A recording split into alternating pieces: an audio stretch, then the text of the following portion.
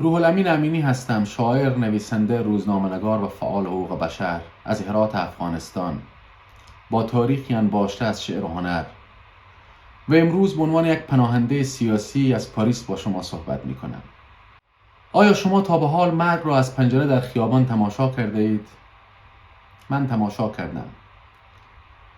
همان روزی که هرات سقوط کرد و ما از پنجره مردان مسلح را در خیابان دیدیم.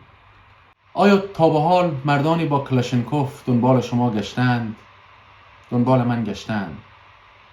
همان روزی که برای پیدا کردن دفتر ما در کابل وارد آن ساختمان شدند. آیا شما به خانواده‌تان تا به حال نیمه شب به صورت غیرقانونی از مرزی گذشته اید؟ من گذشتم. همان شبی که از افغانستان به ایران گریختم. فکر نمی کنم شما این تجربه ها را گذشتانده باشید، چون من و مای افغانستانی در میان آن همهمه وحشت صدا شما را نشنیدیم. وقتی دادگاه بین المللی جنایی در سال 2007 اعلام کرد پرونده افغانستان را باز می کند، چرا هنوز این پرونده بسته است؟ اگر آن زمان تحقیق را آغاز می کردید، امروز سرنوشت 30 و چند میلیون انسان چیز دیگری بود و من به عنوان کسی که به این دادگاه دلبسته بودم امروز شرمنده هموطنانم هستم. من به این دادگاه دل بستم چون میدانم اجرای عدالت نقطه پایان جنگ است و دادگاه برای ما آخرین گزینه اجرای عدالت.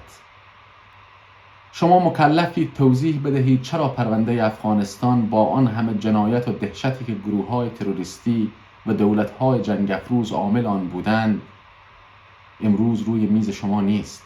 ارتش آمریکا و سازمان سیا نه تنها بانی بازگشت مجدد استبداد به افغانستان هستند که در طول 20 سال گذشته مانند دیگر بازیگران دهشت عامل ارتکاب جرایم جنگی و نابودی آن سرزمین نیز بودند.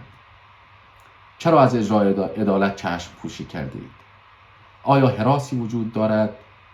اگر بله، عنوان این دادگاه 20 ساله را عوض کنید، چون لازمه اجرای عدالت چشم پوشی از ترس است، نه چشم پوشی از عدالت.